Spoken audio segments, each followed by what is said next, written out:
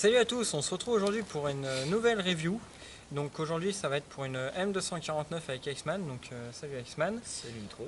Vas-y, parle-nous de ta M249. M249 de chez Aika, type Minimi. Type Minimi pourquoi? Parce que la crosse squelette en alu, le canon long et le cover du canon externe qui n'est pas sur celle-là.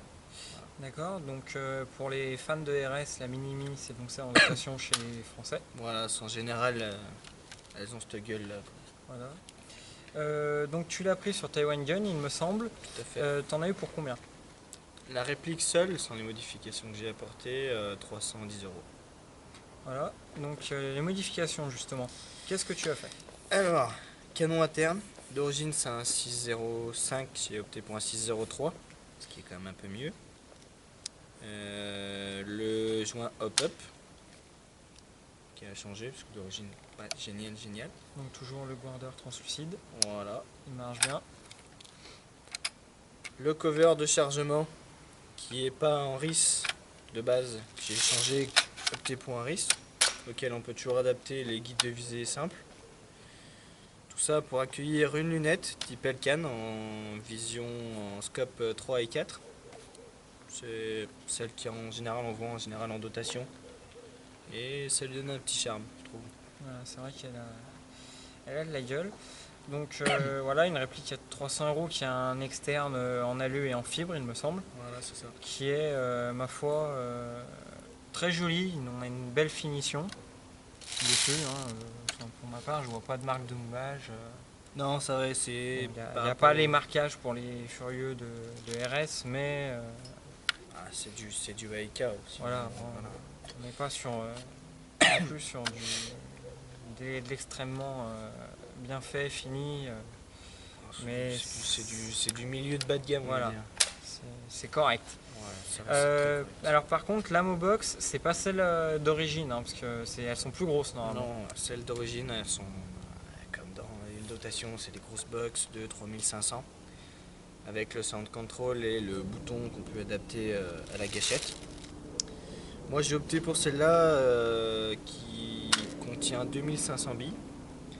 On la trouve chez Red Wolf sur leur site internet. C'est 80 € à peu près, la Mobox ça fait cher. Mais après il faut compter 18 € de douane aussi. C'est pas oublié, ça fait toujours plaisir. Faut bien choisir, faut la vouloir, sa petite Mobox. C'est une question de goût, c'est une question de praticité aussi, parce qu'elle est plus petite, ça permet de pouvoir poser le bipied replié sans les extensions sur le sol, sans que la Mobox en plastique touche par terre, que sa fixation se casse. Voilà. Puis de toute façon, pour mettre en prise en main, c'est beaucoup mieux que la grosse Mobox. Voilà, parce que je suppose qu'on est moins gêné. Ah bah beaucoup moins comparé à l'ancienne qui déborde et qui descend, c'est sûr.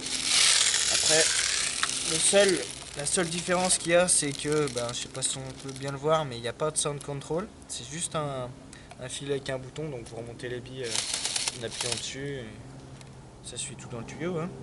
Voilà, après la seule différence c'est ça. Après c'est quand même très pratique.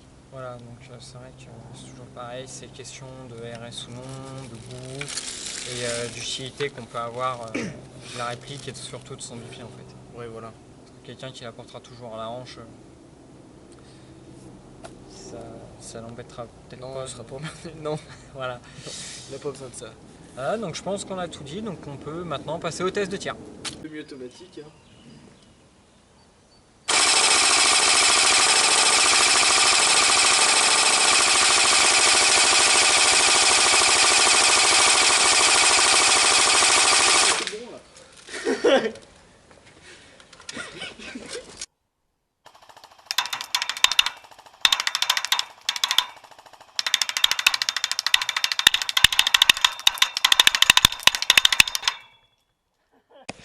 Bon, je pense que la précision, non, ça va.